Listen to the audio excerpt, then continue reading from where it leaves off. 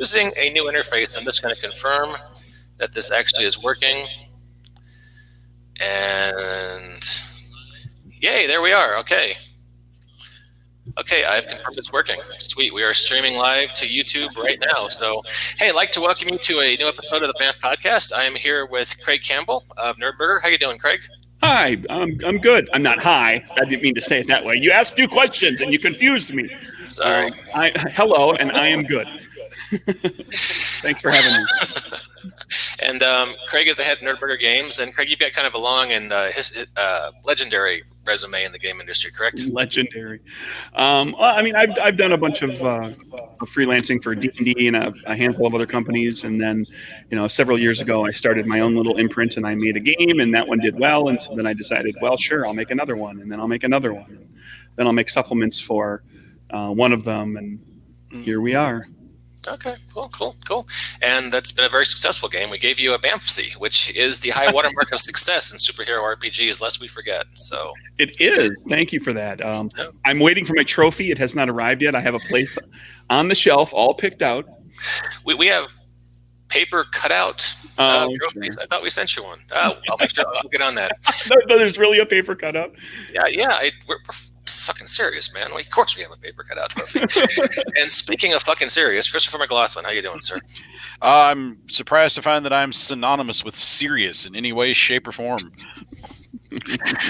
Always a pleasure to have you on, sir. How is public education treating you there in Virginia? Well, we're being micromanaged to death, and we're being pettifogged with silly, ridiculous duties. About par for the course. I feel you, Chris. I feel you. Nick, as I told you 2 weeks ago, I had to go to a 2-day mandatory corporate cheerleading event where there were at least 1 hour of mandatory chanting. So I understand life is bad there, but I can feel at least a little bit of your pain. So well, okay. Have you ever been in a situation where you're in a seminar with 800 people and the presenter stops everything to come down and sit next to you and ask you why she isn't reaching you? Okay, that's bad. Yeah. Because you're making me really uncomfortable. And really, I've told my boss to tell these presenters, don't get within strangling range of me. It's just not going to end well. That would be a trip to HR if I said that to anybody in my command chain, but I can understand your angst. Well, hey, we are here today to talk about pop culture and segue into some games. I was going to talk just quickly a couple of things I've been really enjoying. Grant Morrison is writing Green Lantern right now, and I don't know if you guys have been reading it, but it's just been amazing. It's been a Green Lantern book I've been waiting decades to read. It's Grant Morrison at his best, where he's lucid and characters matter, and you can get emotionally engaged in what he's talking about, but there's also a healthy dose of crazy shit like every other page. The current plot line has Green Lanterns from various multiverses because it's Grant Morrison fighting threads, and just really digging it. Can't say enough good things about it. And there was a comic book that just came out today from Dark Horse. Let me see. I was talking about this before I had the title. Yeah, it's Tommy Gun Wizards. Just came out from Dark Horse on Comixology today. And, full disclosure, I did a comic book a few years back called Sorcerers and Speakeasies, an RPG, sorry. And, similar idea, basically Elliot Ness in Chicago hunting down Capone, but Capone's dealing in magic. And Tommy Gun Wizards, he's selling glamours at his speakeasies. And, it's 1930s kind of pulp / noir, so it's really more about tone than plot. And it was only 22 pages so far, but I'm really enjoying it. It's written by Christian Ward and a lot of fun. So that's what I'm into right now. Craig, you had mentioned you just finished up The Boys on Amazon. How'd you like that? I did. I watched the it's an 8-episode first season on Amazon. It's based on a comic. Are either of you familiar with it? I read a few. Familiar with it, yeah. Okay.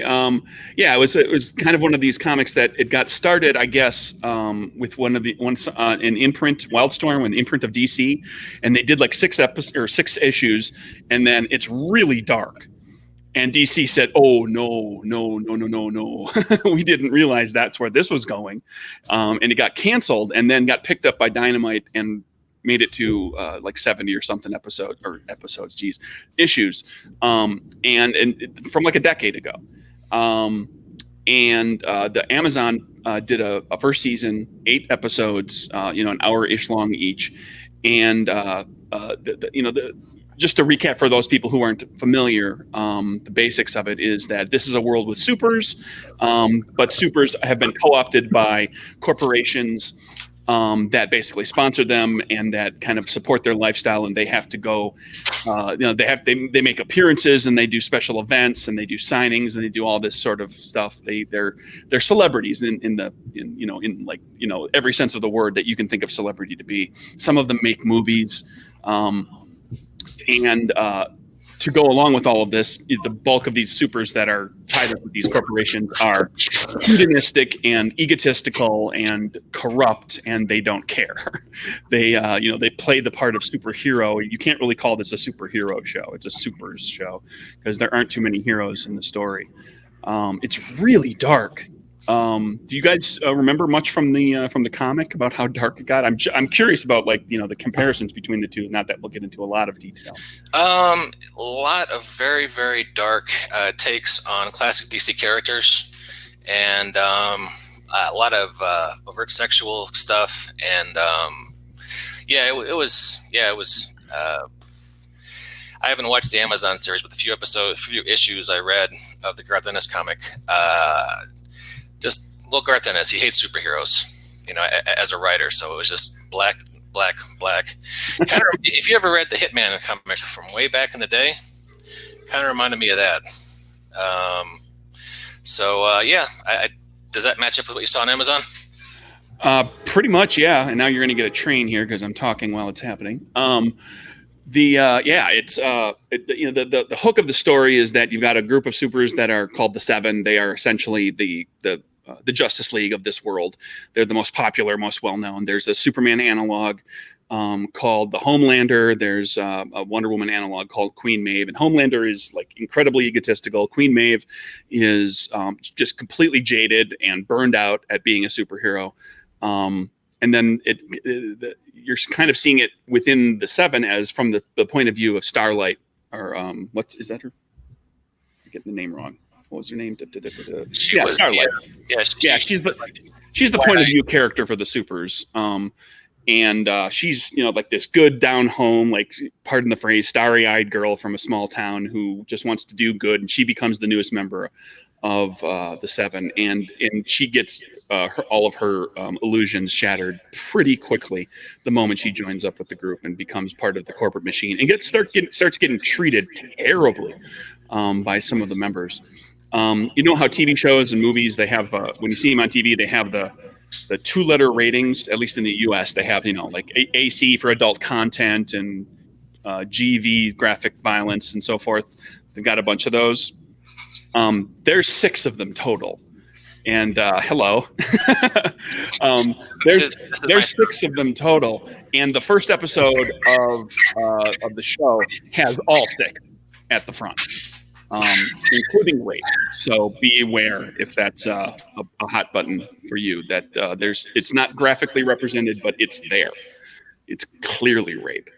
That happens right away in the first, and there's the incredibly violent scene, and then on the flip side, there's characters who are basically trying to expose the supers for being as horrible as they are, and the leader of that group, Billy Butcher, has a vendetta against Homelander and regarding the disappearance of his wife. She's kidnapped or disappeared or maybe dead or not sure, and it gets really, really dark really fast and just stays dark.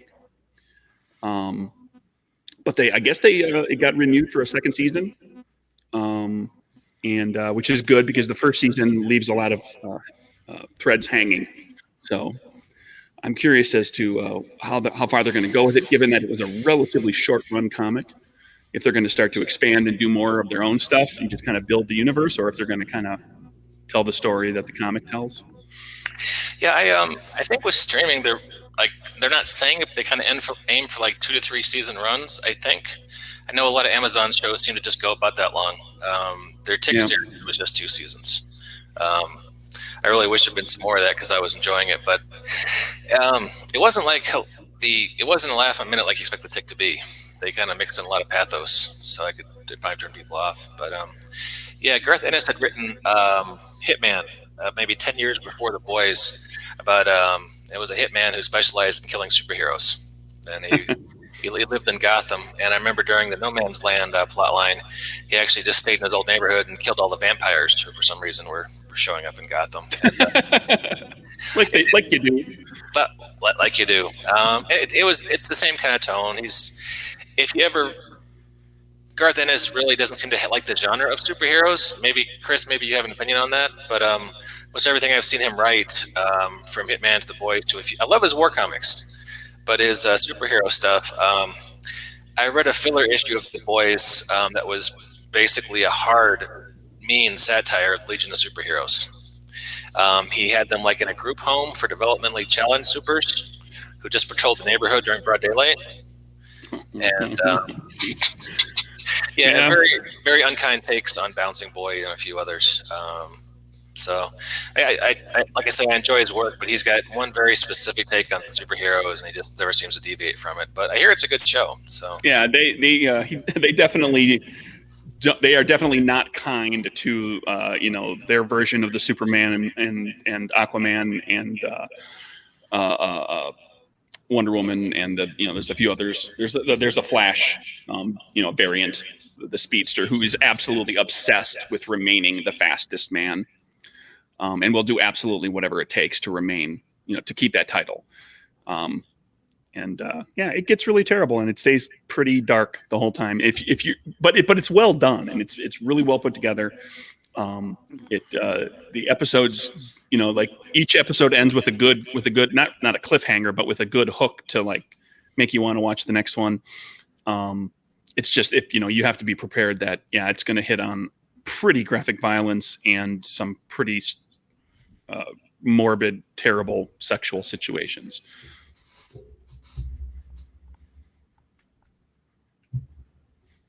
You're muted. Hello? Yep. Am I? No, that was me. Sorry. Oh, you? Okay. So yeah, we were going to talk about superheroes and kind of like the superhero. Well, your kind of Kickstarter in 2 weeks called Capers Covert. Yeah. Which is an homage to 1960s, 70s super spy movies, but with superpowers mixed in. Right.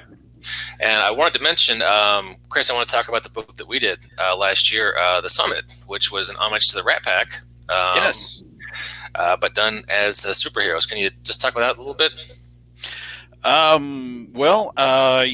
I was asked by another game company to come up with the idea of an international super team, and based around the United Nations. And my original take was, we all have these preconceptions of the United Nations as being, good to the point of ineffectual. I guess unless you're in more right-wing circles where you're more into like the gang rapes they've supposedly committed in Africa. But anyway, but everybody seems to have like these baked-in political notions of the UN, either that they're ineffectual, they're terrible, and not really anything that I consider to be fun from a gaming perspective. But I just started thinking about, wouldn't it be funny if like that was just a public front? And that, like the UN actually had like a really effective arm that actually did what it was supposed to. But, it's so good, they kind of have to keep it at least somewhat under wraps. So I got the idea of like making this like the UN team that nobody expected, that you would never expect. And so I'd had this idea kicking around my head literally for 15 years about I'd read an article in Film Facts magazine where a guy was doing a biography of the Rat Pack, and there's this one line in it where he refers to the Rat Pack as the Alcoholic Justice League of America, and that lit a fire in my brain of like wow, like doing like a 60s era Justice League type riff that would have like that Rat Pack swagger and attitude, because at a certain point in the 60s, if you got superpowers, you would probably wind up like the Rat Pack. You would probably be doing great things, but also indulging your own tendencies, and people would, salute that. People would think it was cool that, you punched that guy because he wrote something about you. And I tried for years to get it launched as a project that would be true to its 60s native era, but had no takers. So I thought, well, this may be your one chance to do, this team with Rat Pack swagger. And when it got to time to do it, I realized that as a UN team now, it's got to be more diverse. And for its time, the Rat Pack was fairly diverse. I'm thinking, well, in a way, this is continuing together the spirit of that multiracial, multi-religious group. And I made it all the more so. And I just had fun trying to come up with like people that had never really had a superhero. And not to toot my own horn, but when it clicked to do, okay, he's a Quebecois, but he's a Haitian immigrant, so he's a Haitian Quebecois Canadian. And on down through the beta, putting a beta Israeli in it, I was really, really, really, really happy with it. But the manuscript got rejected for being insufficiently woke. So I wrote a 5-page response, asking for clarification on certain points, and I was basically handed an ultimatum. Either you rewrite this entirely, or I will.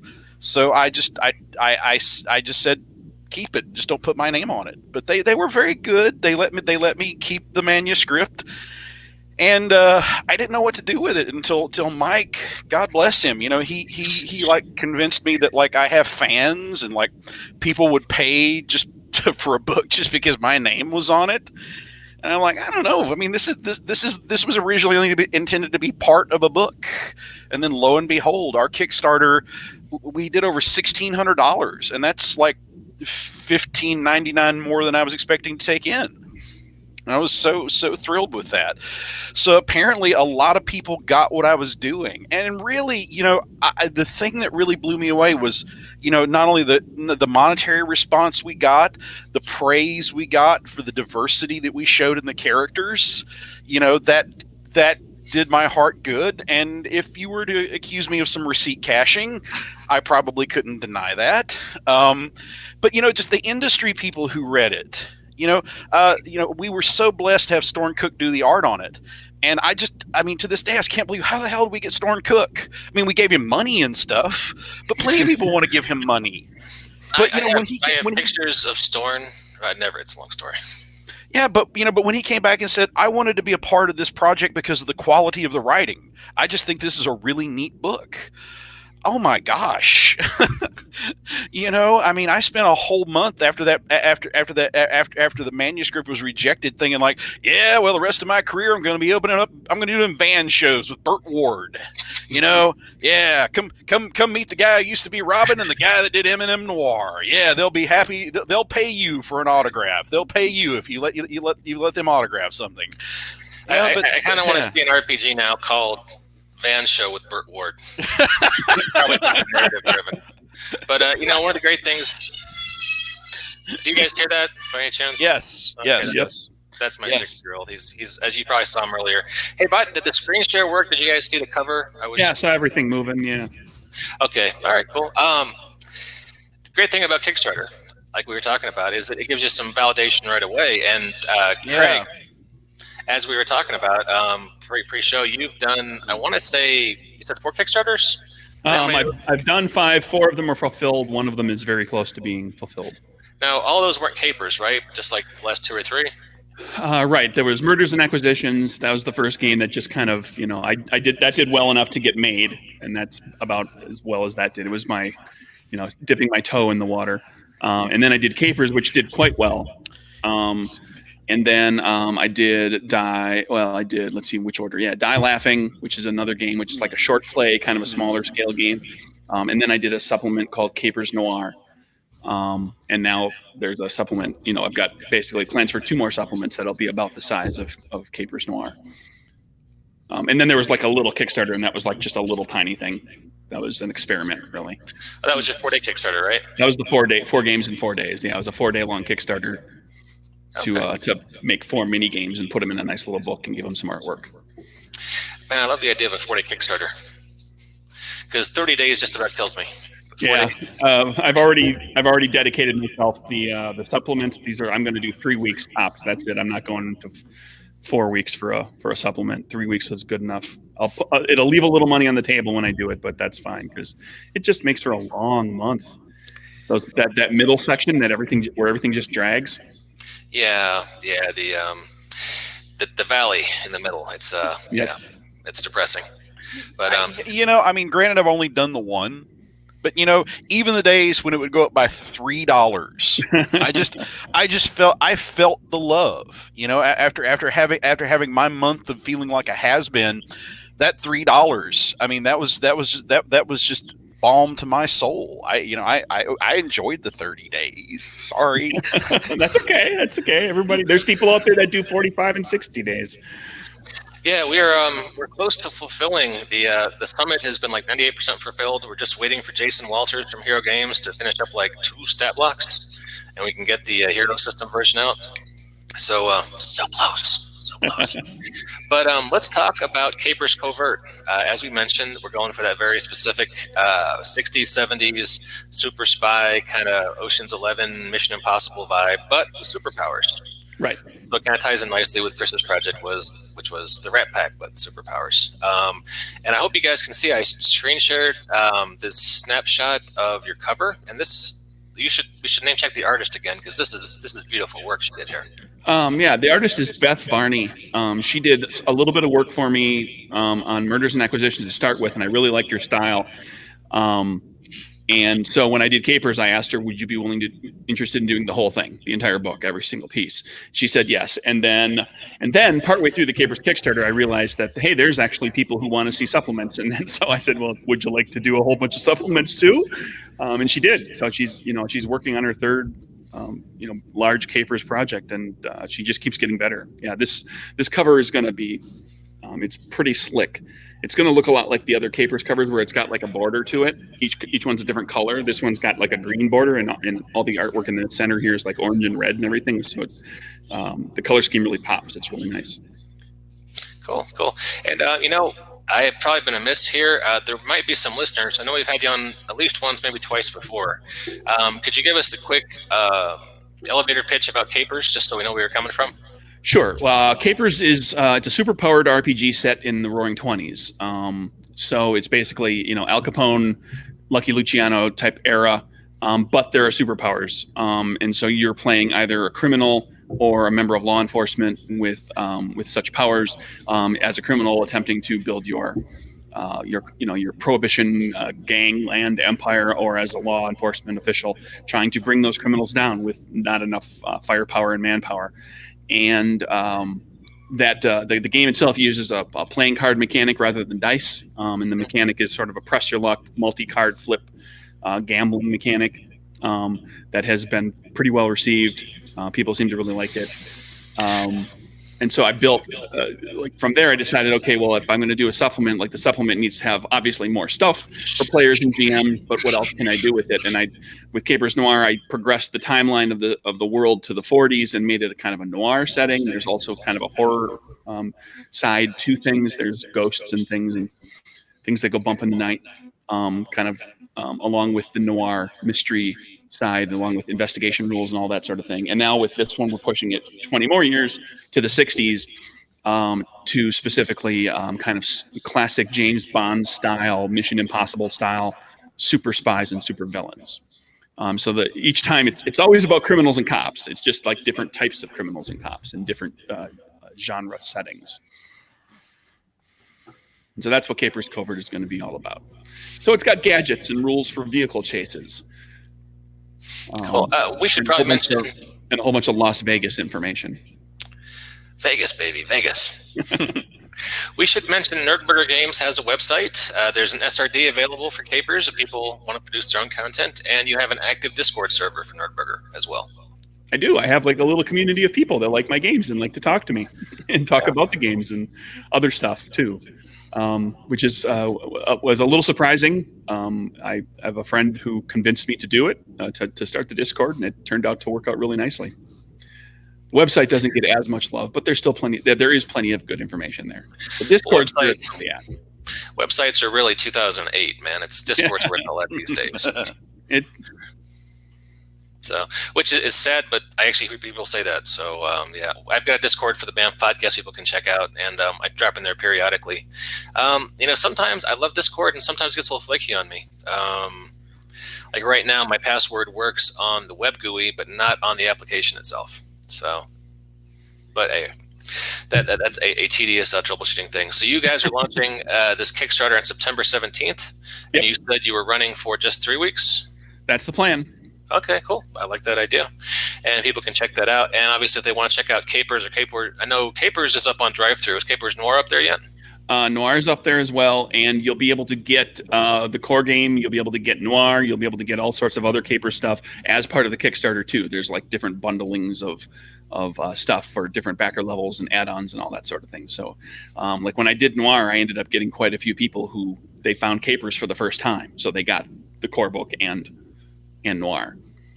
Yeah, that's kind of the beautiful thing about, when you're marketing things in a line is someone gets book 5 and they're like, oh, hey, I want to get the previous 4. It moves the back catalog, as they say. Yep. But, well, hey, it occurs to me, you, sir, are a serious game design guy, right? Who are you talking to? You, sir. I was pointing pointed at the picture on the screen. Well done, sir. Exactly. Well, no, all right. So I tend to be more of a freeform guy myself, and I figured the tone of a game is going to be set by the GM at the table and how they evoke things. But there's a lot of people who argue with that and say the way you evoke a tone for a specific game is all in the rule set, and you can bake in certain genre emulation. Do you take that approach with Capers? You try to tweak the rules for Capers Noir versus Capers Covert to sort of emulate the fiction you're going for? It's there to an extent with the playing card mechanic, which I think kind of fits the era nicely for the 20s, with because there's plenty of casinos, gambling dens, so forth. So it's a product of that era.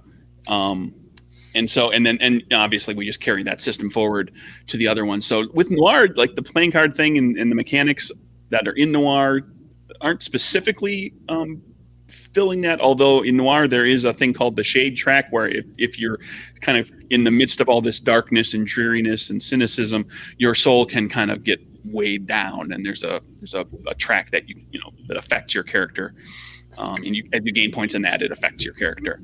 And then of course when we get to Capers Covert, there's the classic James Bond playing Baccarat. Not that I know how to play that, so in the book the illustration is of people playing poker.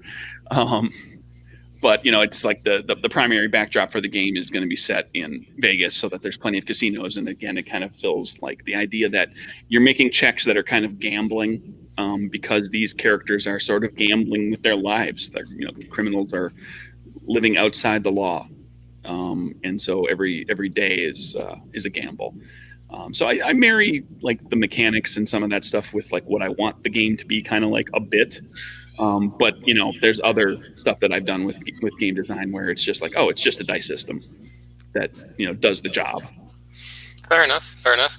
So if you had to pick a James Bond from that era, are you going with Roger Moore or Sean Connery? Well, Sean Connery. That's the right answer. Chris, what do you say? To me, there is Sean Connery, and then there is Void. Not a fan of Daniel Craig, then.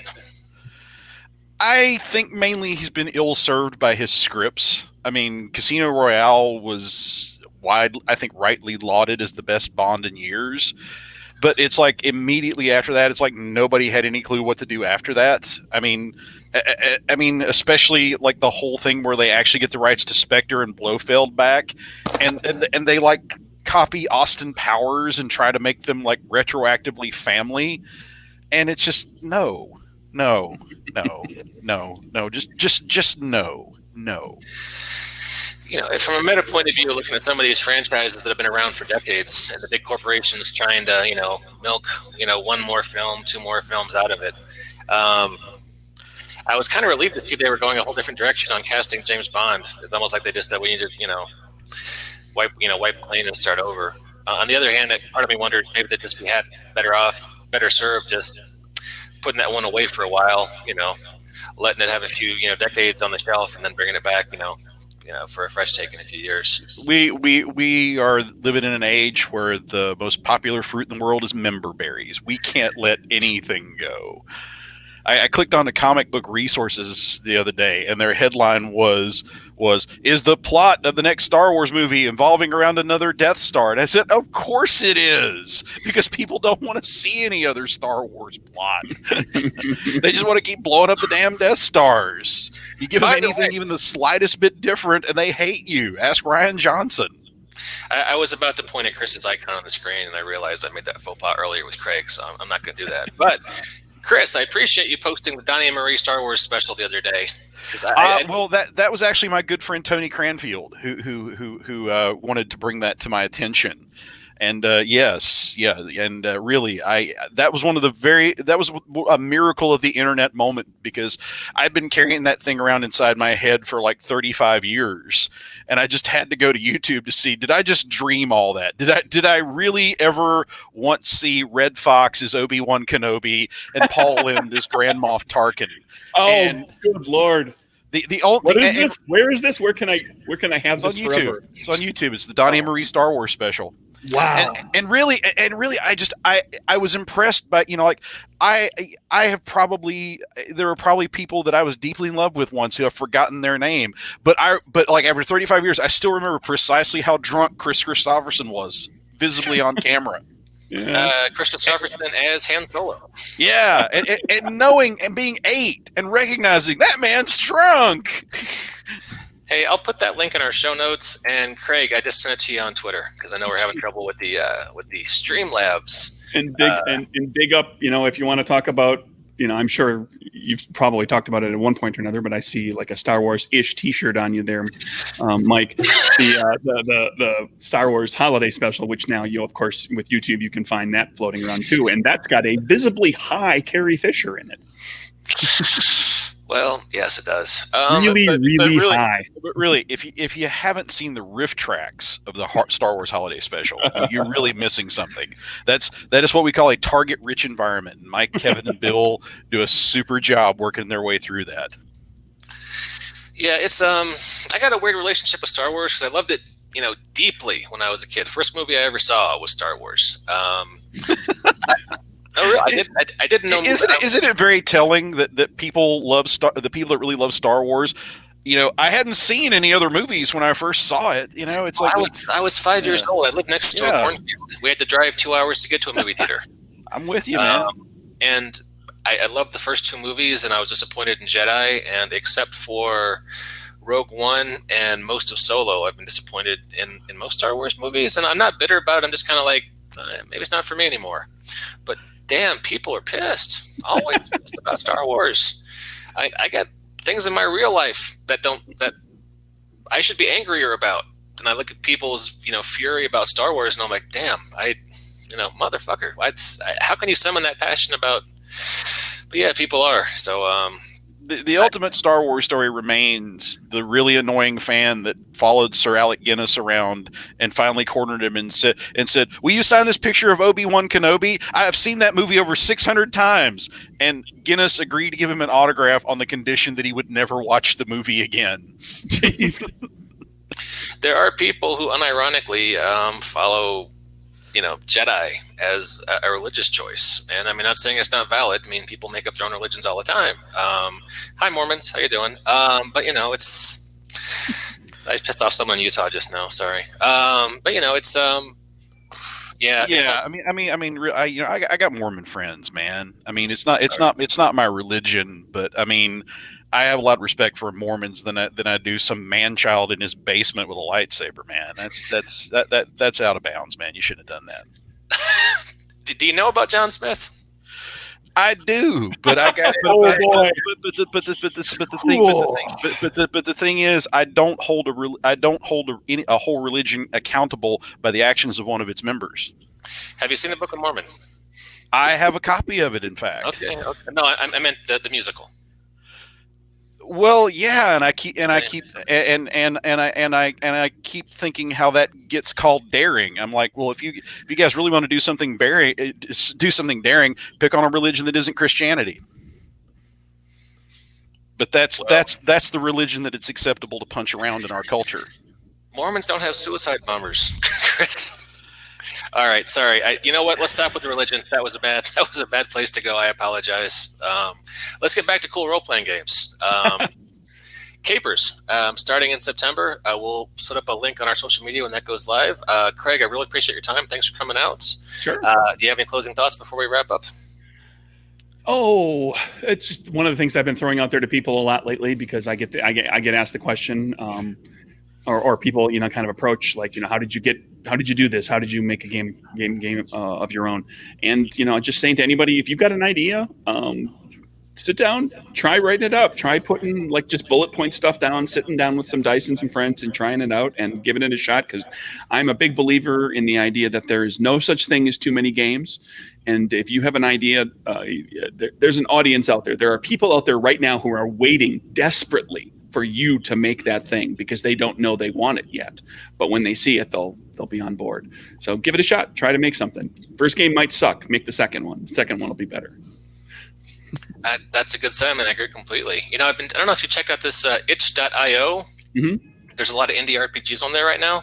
Yeah, there's a lot of really interesting things happening there, especially if you check out the game jams, where people just throw an idea up and a bunch of people just throw together in a relatively short period of time, really interesting takes on whatever the theme is for that jam. Yeah, that's a cool thing. So yeah, check that out. Craig, appreciate you. Chris, do you have any closing thoughts before we wrap up? I think I said it all. All right, cool. Well, hey, listeners, thanks for checking us out here in the BAMF podcast. I apologize for my regrettable segue into religion. We'll bring it up again, and we will catch you next time on the BAMF podcast. Yeah, 10 Our Fathers and 5 Hail Marys. Thank you, sir. And now we are off the air.